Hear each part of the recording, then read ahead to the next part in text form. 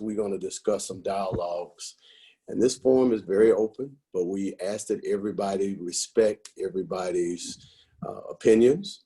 You might not agree with them, but what we want is an open dialogue so that we can bridge the gap between law enforcement and the community. So this is where Tyrone Dennis, he came up with the ideas of Clippers and Cops, and he asked some of us who were on here, you probably, if you saw us on Facebook, you see the ones who are members of Clippers and Cops that come together to provide this type of platform for people in the community who want to kind of talk to law enforcement and try to figure out some of the things that's going on. And we're gonna keep it real. But like I said, we're gonna respect others' opinions. Even though you might not agree with them, we're going to respect them. And we want to make sure that everybody has the opportunity to sit back and understand what we're going through in this changing times. I know that everybody has been watching the news, and we have had our moments, starting a new year with the new administration. We started a new year with change. And being from Georgia, we saw some things that turned around in Georgia that we weren't accustomed to. We went blue. We have been red for a long time, but we went blue. And so what we want to do is have the opportunity for people to have this dialogue so that we can try to find a common ground for us here in law enforcement. So you got on the call, you have some police chiefs, you have former police officers, you have some active police officers on here as well as some citizens who have questions about how do we interact with law enforcement? And I think that's very, very important. So since we have Tyrone on, we're gonna let him say a few words real quick before he goes. He's gonna jump in for a minute, and he's gonna, that's something to do, but we're gonna keep this dialogue going. Go ahead, Dennis. Hey everybody, I'm actually out. I had to go to a board meeting where I'm at, but I'm out. Welcome, Happy New Year to everybody. We're gonna jump into it. We got a couple of topics to kind of throw out there and try to get some feedback and see how people feel about different things. Of course, we've been doing this almost 3 years now. We're doing it virtually because of COVID, of course. Once COVID passes, we'll be back in person. But right now, this is the only way that we can really do it. So without further, Curry, you have the floor.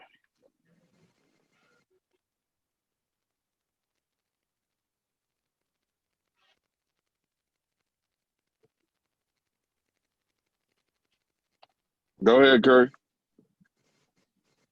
Okay, I'm got you. You know, I put myself on mute and I forget that.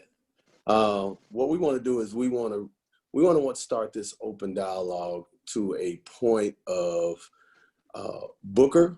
I'm gonna go ahead and let Booker, who is a member of Clippers and Cops, go ahead and well, he gave me a look, so maybe not. Starting this dialogue so that we can kind of get the blood flowing. So, and see what's happening out there in the community. So what I want to do is see if we have any citizens that might have a question offhand that they want to bring to our attention so we can get it going on. Or not, we will start it. So I'm gonna give like a few seconds to anybody who wants to chime in on something real quick.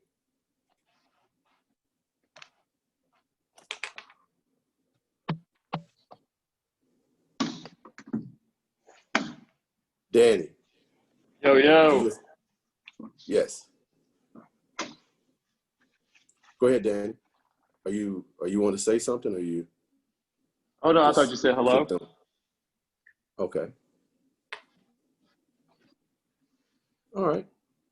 So All right, I'll start the open dialogue since everybody's kind of quiet out there, just to get the ball rolling. Now I know you've seen just recent, and this was one question that was someone sent in about how they feel about law enforcement engaging with Black Lives Matters versus the Proud Boys and things that happen in DC. And I'm just going to go with that's one right off the top that I received in my message box. And did you think that there was a bias on how things were done between Black Lives Matter and Proud Boys or other groups who stormed the Capitol? Does anybody have anything to say about that? I do. Okay, go ahead. That's Campbell. Go ahead. Yeah, from Memphis. I believe, and I've been kind of like searching my soul on this one. I do believe there is a double standard. I participated as a law enforcement officer. Like I said, we're going to just speak the truth. And I had to search myself. And I participated as a part of Memphis Police Department personnel to deal with pretty much escorting them around Memphis, Black Lives Matter. So, and I see that, you know, my colleagues at times will look at it like all we did was walk around the street, but it's like they shouldn't be doing this, they shouldn't be doing that. And then I can kind of see in DC or talking to some people that it was socially acceptable by taking pictures with the guys actually all up on the, you know, breaking through windows and going through there. So I catch myself sometimes, like you said, being on traffic stops and trying to see how I'm going to treat somebody different or not. Now I've just really kind of searched my soul back to policing, and if you're going to get a ticket, you're going to get a ticket. I'm not worried about race, black. I'm just trying to get I don't ask no questions. This is, you know, here's your ID. It's just what I'm telling you what you did it for, and you know, this is what it is, white or black. But I do see a bias in that whole ordeal, in a double standard. Is there anybody else? Let me jump in right quick, Curry. Okay. I'm a little bit torn. I think it was a little unconscious bias. And I also realized as a trainer, you rise to the level of your training. Am I right? And those police officers are at the Capitol are trained to deal with foreign hostiles, right? People who are foreign to our country that invade our capital. They had never envisioned that the invasion would be done by citizens that look like them, American citizens. So in a way, that changed the way they decided to use force. Because they never envisioned that they would have to use deadly force to protect the Capitol against American citizens, right? Because police officers, military, in the federal capacity, they have they have rules of force. We have use of force, they have rules of force. One of their rules of force is that they can protect a critical building, which the Capitol is a critical building. They could protect a critical building using deadly force. And if you really look at that, in that situation, deadly force probably will authorize once they start breaching doors and all that type of stuff. But whether it was unconscious bias or a lack of training at that level that they had to use force against American citizens, that's something we're going to have to wait. I hope the investigation revealed that. I hope the investigation is able to provide us the answer on that. Because it looks like bias, but then it could have been a training issue. If that makes sense to you. Yeah, and you're right. You know, we have, as law enforcement, is different in military. Military has rules of engagement, and same thing with when you're protecting a Capitol building of that nature. And you know, I have a lot of people with split emotions on that. I've had people call me and was like, okay, if this would have been Black Lives Matter, it would have been more people, more casualties. or stopping the threat of force. And so you have to look at each situation. Some people are saying, okay, the officer that, guided them away could have used force based on where they were at the present time. So this is something that America, citizens, law enforcement, all have to look at. And how is they going to prosecute them? And based on some people who were in law enforcement, people who were in fire department, public, it's even some state and local officials that were there. So I think that's going to be a major problem with the current administration and how we look at all the things that's going on and how we can say as America, how we represent it through the world. And so that is a key process that we got to look at. Erica Stovall, could you put your on mute? So that is very important for us to look at how we going to solve this problem going forward. Now, during the inauguration, you had more law enforcement and military forces in that particular place than you ever had before. And I have seen, what we have seen is America changing, transitioning to a place that we thought that we have, had some changes, but it leaves some questions out there. Can I chime in? Go ahead. I feel like from watching it all from afar, I think the whole storming of the Capitol showed that we have domestic terrorism, and that's what the media and everybody's failing to call it. If I don't care what your political views are, if you attempt a coup and trying to overthrow our government, you are a terrorist. And I think that, like you said, I think, or Card said, a lot of the people working there were pretty much shocked at who it was and what they were to do. Honestly, I think they were told to stand down, because if you even look and see when the female was shot, the SWAT team was right next to her. So the question is, why didn't they subdue her and not let her even enter the window so that she could be shot? You know what I'm saying? And I think I seen something on Facebook where we had several of APD officers that were saying if they were off, they might have went to it too. And I think that it is a double standard, because in that text, we looked at them like, how dare you? But for some of us as Black officers, we support Black Lives Matter because it's two different movements. It's Black Lives Matter is more of about saving lives. I think the coup was more about a political stance. And I think that a lot of people try to compare the two. It's like either you are one or the other. And one is about equality, one of them is political. Right. And I think that that's me as an officer, whether I'm Black, white, you can support that. You can support whatever political beliefs you have. But nobody supports storming our government and toppling our government, whether you agree or not. That goes against everything we stand for. You know what I'm saying?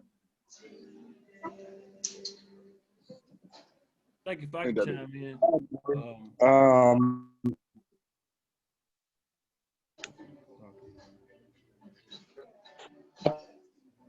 All right, well, I guess it's on me. I think if I could chime in, one thing we have to address, and I think we've done a pretty good job at it, is that a certain group of people are policed differently. And that's not being addressed in the media at this present moment.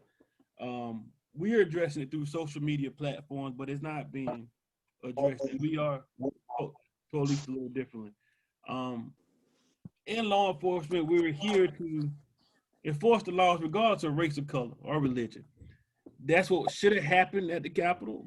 It could have been at the Capitol. It could have been at the Dollar General. The same thing should have happened, regardless of where they were, regardless of the people. And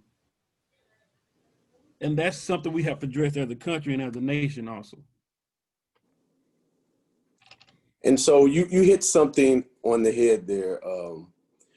How do we police in local areas? And we'll kind of jump from that, and we'll jump to the city of Atlanta.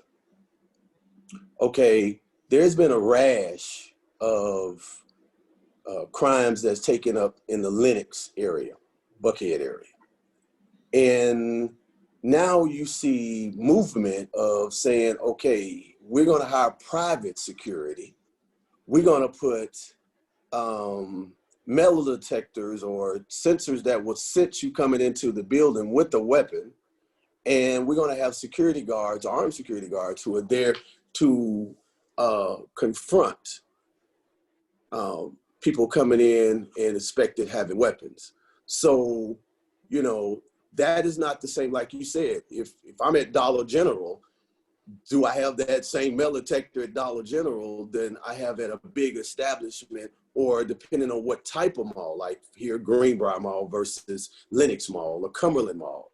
So it's sometimes we have to look at the economic base, the area that we're in, but should it be different? No, but we know that they have the resources to provide something different than certain communities. Correct.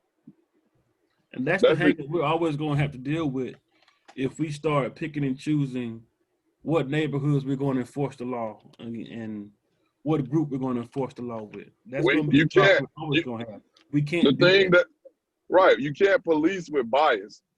All of us have bias as human beings, but you can't police with that bias. You have to throw that out the window and be fair across the board. When it comes to economic status, like you're saying with Lenox and Buckhead, that's the tax base of the city of Atlanta. So therefore, they're going to create they're willing to pay extra for their own private security, or that's why they want to annex now, so that they are willing to pay the officers what they are due, so that they can get the adequate policing that they feel they deserve, because they feel it's a more affluent area. Just because Southwest Atlanta doesn't have the same tax base doesn't mean that they shouldn't be policed. It shouldn't feel safe either. And it all comes down to money, because at the end of the day, that's just like us saying we're gonna get 2,000 officers. Well, we may need 3,000 officers. At the end of the day, the difference in that happening is money. Anybody want to chime in on that? Come on, citizen. I think Ty is actually right. Okay. So obviously I was out there front line of the protest every day, and I actually got into not an argument, but I got into a conversation with somebody about something similar. And what he asked was, why do police officers police Black communities so aggressively? So I disagree with that. I don't think we police Black communities aggressively because they're Black. And the reason for that, if you look in Zone 4, there's a community in Zone 4. It's called Guilford Forest. That's where the mayor lives. Almost, probably 99.9% Black. We don't police that community the same as we do Allison Court. Yep. Both Black communities, a couple miles apart, policed completely different by the same department. Yep. I don't know how to explain that, Dan. Money, economic status. That's exactly it. Yeah, economic. What it is. Economic It's definitely economic. And we know that in most cases, like you said, that, you know, based on that economic status, you're going to police an area a different way than you police, you know, like Cascade, parts of Cascade, you're going to police differently than you can on Donald or we'll call Bankhead, you know. So we're gonna do that, or ML King. So there's going to be that because, you know, in those areas, people will call the police. If you standing out on the corner, you doing something that you don't need to be doing, or they get suspicious, they will call the police. And they have direct access to call in the precinct, because they go to meetings and try to find out what things they need to find out about their community. The one thing that I always said is that in any community, you know, a drug dealer can't stand out on the corner unless the community allows their drug dealer to stand out on their corner. That's right. They have the same right, if they're in a bad neighborhood, to pick up the phone and say, look, there's a drug dealer out here on the corner, and he's been out here all day long, and I ain't seen the police ride by yet. But if that happened in an affluent neighborhood, they're gonna have the police come out. Now, we know drugs get in and out of communities, but in most communities where they're prominent, they gonna have it delivered. They ain't gonna stand on the corner. Let's keep it real. They ain't gonna have it delivered to wherever they need to have it delivered to, and they're not gonna stand on their corner doing it. But I think go ahead. What I was going to say to piggyback on that is I've been screaming since we started doing this. We have to take responsibility for our communities also. The police can only do so much in that regard. It's certain things in our community that is acceptable that we have to put, like you said, make it unacceptable, where a joker can't just stand out there and do whatever he wants. It's just like when the neighborhoods are gentrifying, and now that it's a turnover, certain behavior that's probably been going on in that same neighborhood for 20, 30 years is now unacceptable because you have new residents. Take Old Fourth Ward. Old Fourth Ward has been the same way since the 70s and the 80s. But now that it's turning over, it's like, nah, y'all can't stand out here and do that. Nah, y'all can't be on this block and do that. And why is that so? Like, that's not, I think that we have to band together and do it ourselves. That's what how I feel about it. But Picard, do you have something to say? I saw you click on and then you clicked off. Yeah, because let me ask something. And I'm always trying to grow and advocate. Is policing different the same as treating someone different? Because you can police different and still treat a person fairly, right? Yeah. Right. So, like Pac said, we police different in the forest than we do up on Cascade. But in both of those situations, I'm still going to treat the person fairly according to the conditions and whatever the incident is. Fairness is fairness, regardless of the environment that we're in, even if we're policing it different. So we might police with a lighter hand in Buckhead, but still, I'm going to treat that person the same as I would treat the other person in the same situation. If I arrest a person in Buckhead for shoplifting, he's going to get the same treatment as the person I arrested in Cascade for shoplifting. Just the policing itself is different, not the interaction with the person is different. Does that make sense? It does. Exactly. Yeah, that's perfect. Wayne, I see Wayne. I see your name, Wayne. Your facial expression is giving me some different vibes. Can you explain, Wayne? Go ahead and click on. I'm watching you. I got you, man. The question is, Pax talked about Guilford Forest and Allison Court. The question is, where is the crime? Is the crime in Allison Court or is it in Guilford Forest? Exactly. So we go where the crime is. Exactly. Yep. We go where the crime is, and we're approaching it as crime fighters. If we have to go to Guilford Forest, normally you're approaching that. It may be a domestic, but you're still going to approach it as a police officer. We're policing, but in Guilford Forest, that's where the majority of your crime is. You're going to have a different approach, but it's still policing. How you treat the people, like Picard said. That's a major difference right there. Now, if there's crime up in Guilford Forest, as it is in Buckhead right now, we're going to flood Buckhead. If crime is up in Allison Court, we're going to flood Allison Court. Buckhead has the resources to install the metal detectors and so forth. Allison Court doesn't. So we're going to do what we need to do. Does that make sense? It does. Yep. Okay, real quick. I know that he has a very, very busy schedule, and for just to have the opportunity to have him on, do you want to say anything, Chief Brian? Hey guys, give me a second. I'm still working out some technology. Okay. Give me, hold on 1 second. Hey, Chief, Okay, I know thank they ain't got you with dial up over there now. Hold on 1 second. Give me 1 second. We're trying to work this out. Okay. Man, Okay. you gotta give Chief some Wi-Fi, man.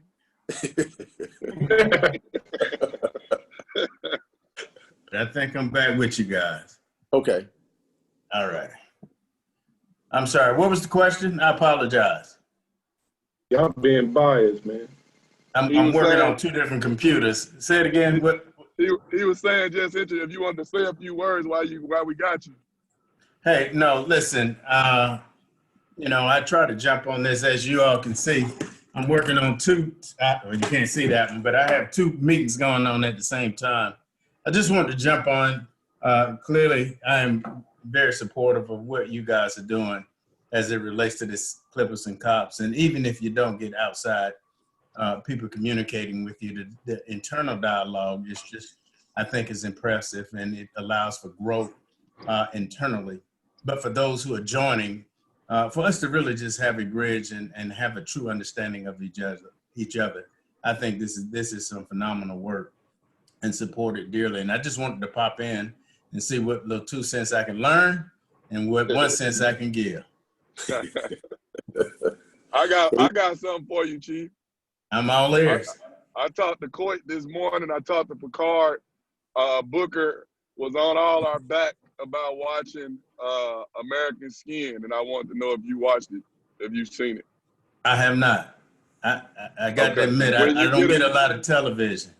I got you. It's only an hour and 45 minutes. And I initially, like when I talked to Picard, I didn't want to watch it because I thought it was on some cop killer, kill F the police type stuff. But after watching it last night and basically falling asleep in tears, I think it's something that everybody needs to watch. I even called Coit and Picard and told them, like, man, I think this is something that they need to watch at the academy while they're there for. It's something to put in their toolbox, because in the movie, it basically shows that some do police with bias, and by doing so, you can eventually stick your hand in some crap.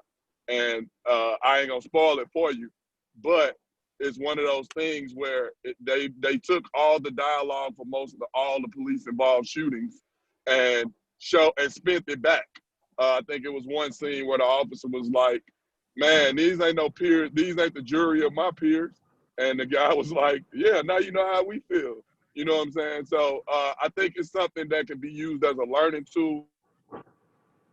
If the precincts could sit down together and watch it and have an open dialogue in the precincts, I think it'll be phenomenal. I doubt that we got the time to do that, but at least the academy, I think I think it'll be very useful and very helpful. I got it. American Scan. I'll put it on my watch list real soon. Yep. And Tyrone, when I watched it today, based on your Facebook post you put up, and I watched it today, and I totally agree. It was a well-written movie, and it did have you thinking, and it definitely had you in tears. So I thank you for putting that up, because that made me turn it on and watch it today. Well, we're going to thank Booker. I don't know if he got a percentage in the movie or what, because he was on it. Like, he made sure we all watched it and stuff. And I think it's one of those movies that, in a way, I'm glad they didn't put it out in the movie theaters, because some people will misinterpret the message for the bad. Like, oh, yeah, that's what we need to do. And it's like the kid in the movie was saying, that's not what we need to do. We have to find, that's not the way. We have to find better ways to engage. And I think what they did in the movie is exactly what we're doing right here. We're engaging in meaningful dialogue to try to come up with better solutions, to try to make it better. Like, I don't think nobody is agreeing with a lot of the stuff that goes on. But at the same time, it's two sides and it's two different perspectives in every situation.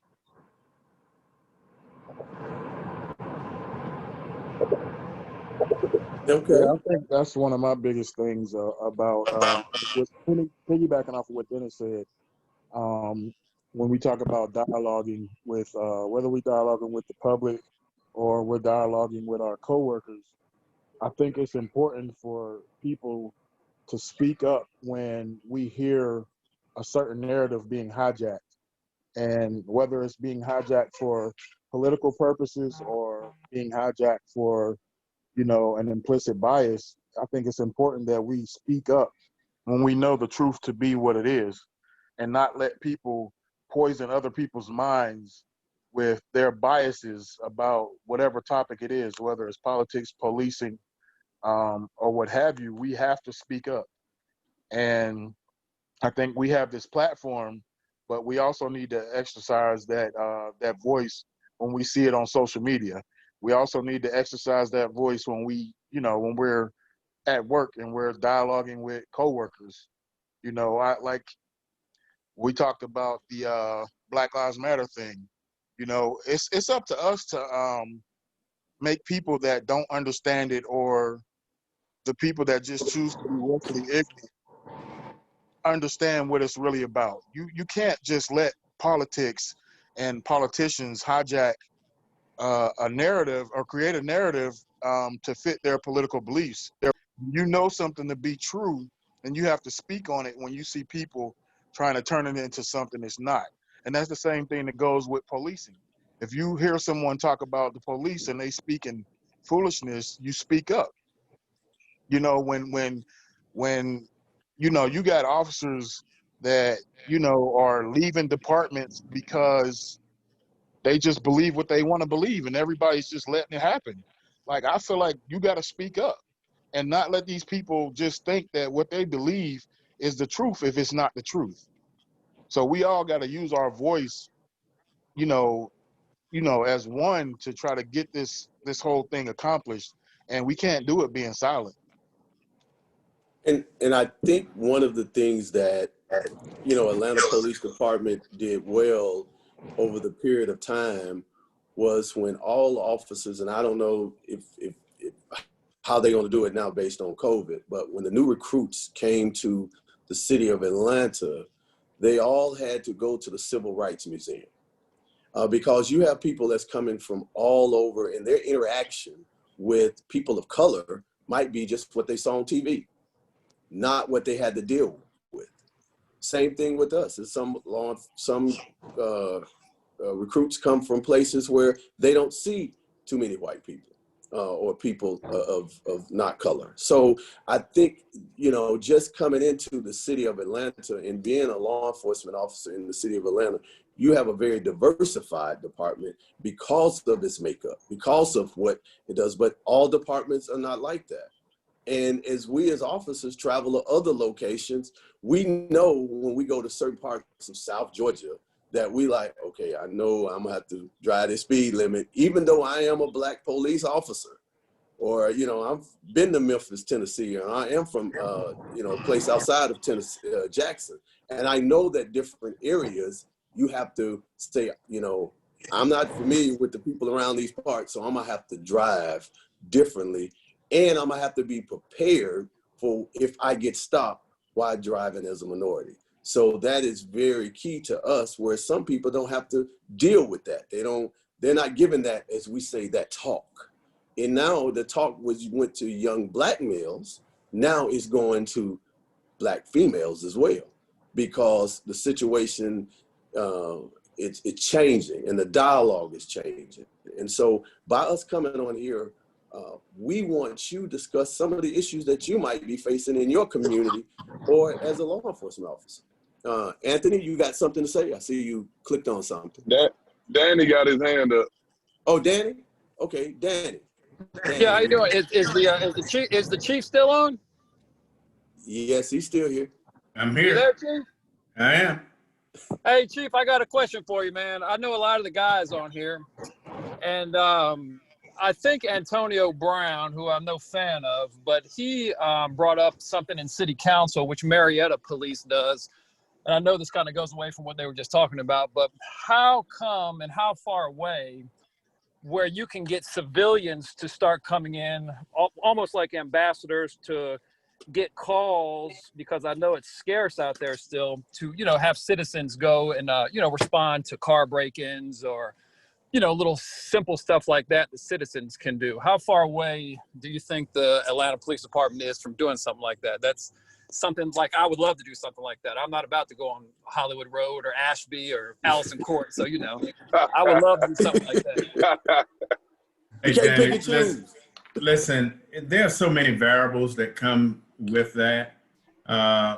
You know, you can't do it overnight. A lot of people think so. You know, when you have a vehicle that's broken into, a car that's stolen, there's still prints that need to be taken. There's still evidence that people that we are trained that we have to still be able to get. So there's a lot that goes into that, as opposed to just saying we'll be able to flip the switch on it. Is it something that I'm? Is it something that are you a fan of that? It depends. We reevaluate calls right now to see which calls that we can turn into teleserve calls, to see how do we really need to send police officers out. We are always evaluating that. I can tell you, you know, the reality is if we could have backed out of sick calls a long time ago, we would have. The problem is you have to train society to say this isn't a police call, because Grady right now won't go on certain calls unless the police officer is there. Right. So yeah, I don't have a problem looking into it and evaluating it. And if we can move into certain spaces like that, I'd be supportive of it. But it's just a lot more work to go into it. Marietta Police does it, and from what I understand, they love it. It takes so many extra unneeded resources away from the smaller, you know, crimes, so to speak, like that, and keeps, you know, the police doing, you know, the more hectic stuff, so to speak, if that's the way to say it. But yeah, I just want to get your thoughts on that. I'll take a look at I have our team take a look at what Marietta's doing. All right, cool. All right, Chief, good to see you, man. Same. We have I think LJ. Was it LJ? Yes, it is. Okay, go ahead. I'm multitasking as well, so I don't know what the technology thing going on. I can raise my hand. But I had a comment in reference to you guys mentioned, I can't remember who mentioned whether or not it's just not the racial thing. It is now becoming gender, Black women in law enforcement that kind of getting, I wouldn't say backlash, but getting hit as well. In my line of work, I'm having to deal with most of people that we do supervise, population we do supervise is mostly males, and most of them are the African-American males here in the Fulton County area, the metro area particularly. And I've been challenged lately for some reason with all of this stuff that's going on, and their encounters with law enforcement, or their perspective is now coming on, oh, you just like the rest of them, the rest of the Black officers that's trying to just lock up, and they use the N-word up and different things of that nature. So it's becoming, and I think one of the officers mentioned earlier, you know, you're in a position where who you are as law enforcement and also the human side of who you are outside of the badge, it still is kind of conflicted feelings, where you come to this job for whatever reason that you chose it for, and you don't take everything personal. And also what Booker said, you know, you try to get people to understand who lack knowledge. So